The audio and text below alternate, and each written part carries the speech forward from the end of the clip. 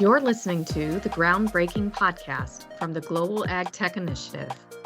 The Global Ag Tech Initiative is the catalyst for connecting, engaging, and fostering dialogue in global food production with technology as the foundation for driving innovation and solutions. The groundbreaking podcast brings forth voices across the industry to discuss trends, best practices, and innovative ideas driving agriculture forward in a rapidly changing world. Thanks for joining us. Welcome to this month's episode of Groundbreaking Podcast. I'm Heather Tunstall, co-chair of the Global Ag Tech Initiative. Today I'm here with Molly Yager, the sales manager with Apollo Ag Tech. Molly, welcome. Thank you for having me, Heather. Absolutely. And so we typically talk a lot about smart tools and ag tech in terms of how it's advancing in many different ways. But today we're going to talk about smart fertilizer. And before we launch into our questions, Molly, we want to get to know you a little bit more. So could you give us a little bit of your background personally, and then tell us a little bit about Apollo? Absolutely. So I obtained my bachelor's degree in science in crop science from Chico State University in California in 2014.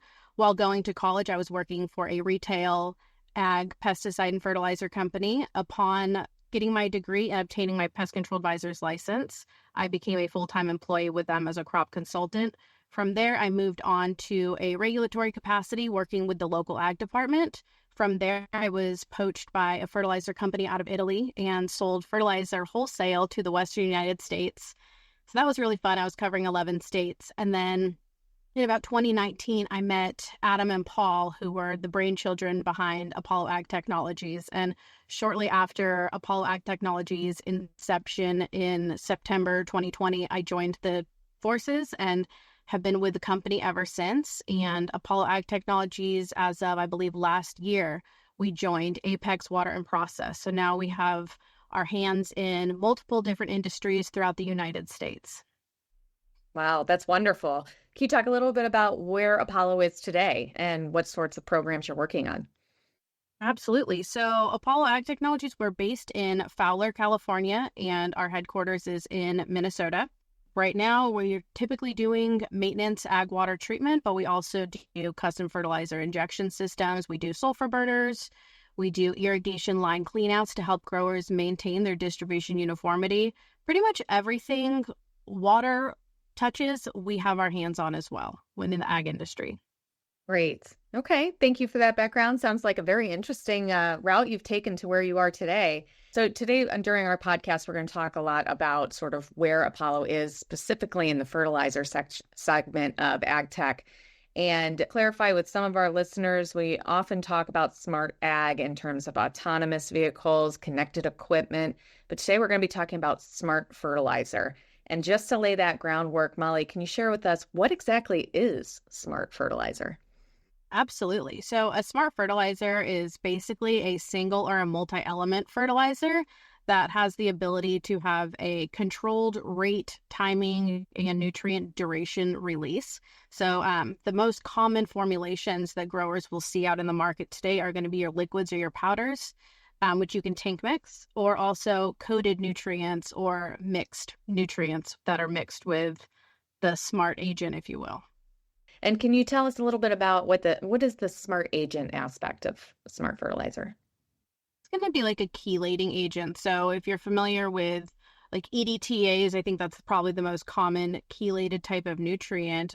It will just encompass the molecule and slowly release that nutrient as the plant needs it. There's also biologicals that are wrapped around that molecule as well in some fertilizers. And as soon as that microbe hits the soil, it comes out of dormancy and becomes activated and is able to allow for the plant to uptake that nutrient at a specific growth stage within the plant.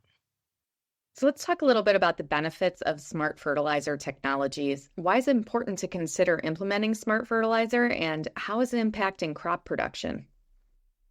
So I think it's really important to think about why a grower is going to be using a fertilizer, and it's usually to provide plant nutrition, but also so that that grower has high quality yields and high quantity yields at the end of the season.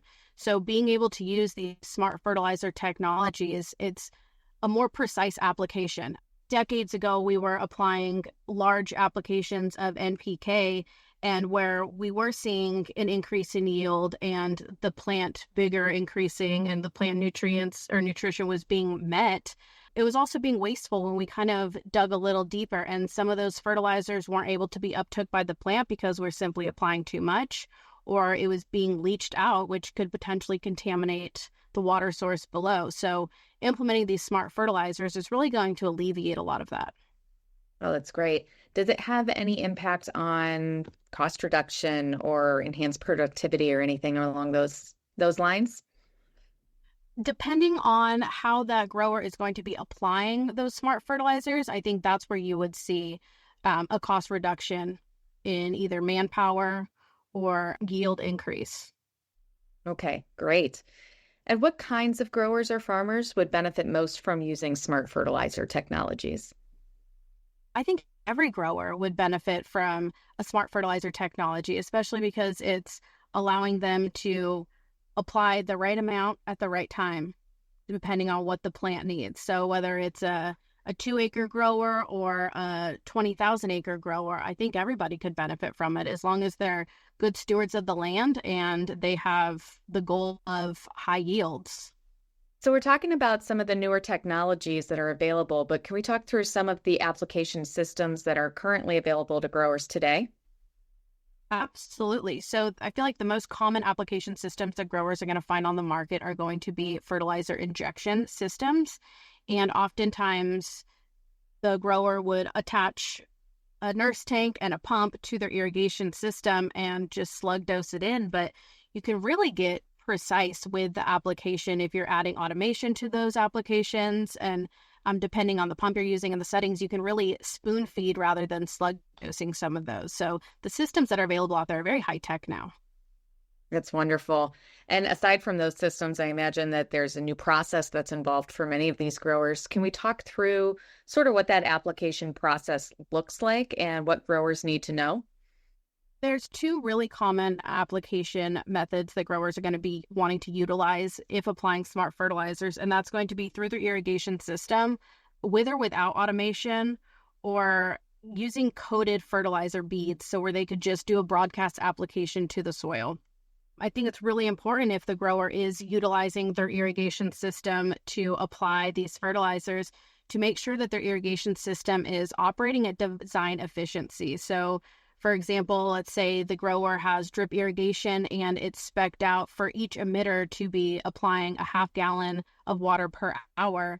But if they're not treating their water properly, biological agents in the water can create biofilm, or if you have hard water, it can create scaling, and that can all build up on the emitter and essentially choke down the emitter so that the water flow is not able to be dispensed properly. So that 1/2 gallon an hour emitter may be operating at a 1/4 gallon an hour, and one emitter might be operating at design efficiency at a 1/2 gallon, and the one next to it might be operating at a 1/4 gallon, and then the one next to that might be totally plugged up. So if the grower is going to be spending the time and the money to utilize smart fertilizers, they really need to be making sure that their irrigation system is up to par so that each tree and each vine is getting the same amount of fertilizer and the same amount of water. So that's an interesting point. We're talking a lot about, there's the fertilizer application itself, there's the irrigation. Are there any other technologies that smart fertilizers work well with or implement well with? I would say irrigation automation. You're able to, turn the fertilizer pump on and off from your phone, depending on what platform or what irrigation automation company you choose to work with. So as you mentioned at the very beginning of our conversation, Apollo has smart fertilizer technologies in addition to several other cutting edge innovations as well. Where can our listeners see some of it in action? Will you be at any industry shows? In December and January, we will be in Sacramento. In December, we have the Ammon Conference, and in January, we have the Wine and Grape Symposium. Wonderful. And in between shows, and if somebody would like to learn a little bit more about Apollo, where can we learn more about you online? Feel free to visit our website at www.apolloagtech.com. We are also on LinkedIn and Facebook. If you shoot us a message, any one of our sales reps would be happy to respond. Wonderful. Molly, is there anything that we haven't discussed that you think would be important for our listeners to know? If you are going to take the time to apply these amazing fertilizers that are available for growers these days, I highly suggest you work closely with your water treatment advisor to make sure that your system is operating as efficiently as possible so that you are guaranteeing that the right rate is being applied to every single tree and vine, and that helps ensure an even harvest. So you don't have to go back out in the field and shake another set of trees that weren't ready the first time, or harvest, tomatoes if half the field wasn't ready because some of the emitters were plugged up and weren't able to get the right amount of fertilizer out there. So definitely make sure your irrigation system is operating at design efficiency, and you should have no problem with injecting your smart fertilizers. Wonderful. Molly, thank you so much for taking the time to speak with us today and teach us a little bit more about smart fertilizers and about Apollo Ag Technologies. Appreciate your time.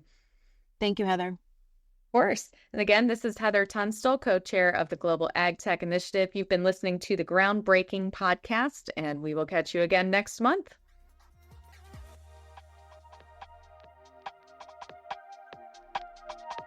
Thank you for listening to today's episode of Groundbreaking Podcast from the Global Ag Tech Initiative.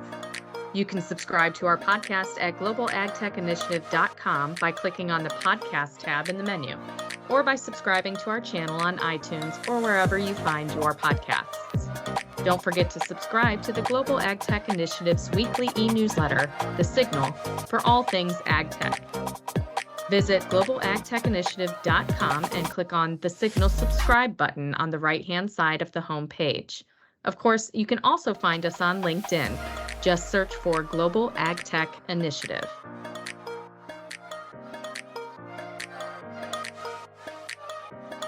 To get even more in tune with the global ag tech space and be active in its advancement, consider joining the Global Ag Tech Alliance. More information on how to join the Alliance is available on globalagtechinitiative.com. The Global Ag Tech Initiative and the Groundbreaking podcast are produced by Meister Media Worldwide. I'm Heather Tunstall, co-chair for the Global Ag Tech Initiative. Thank you for joining us today.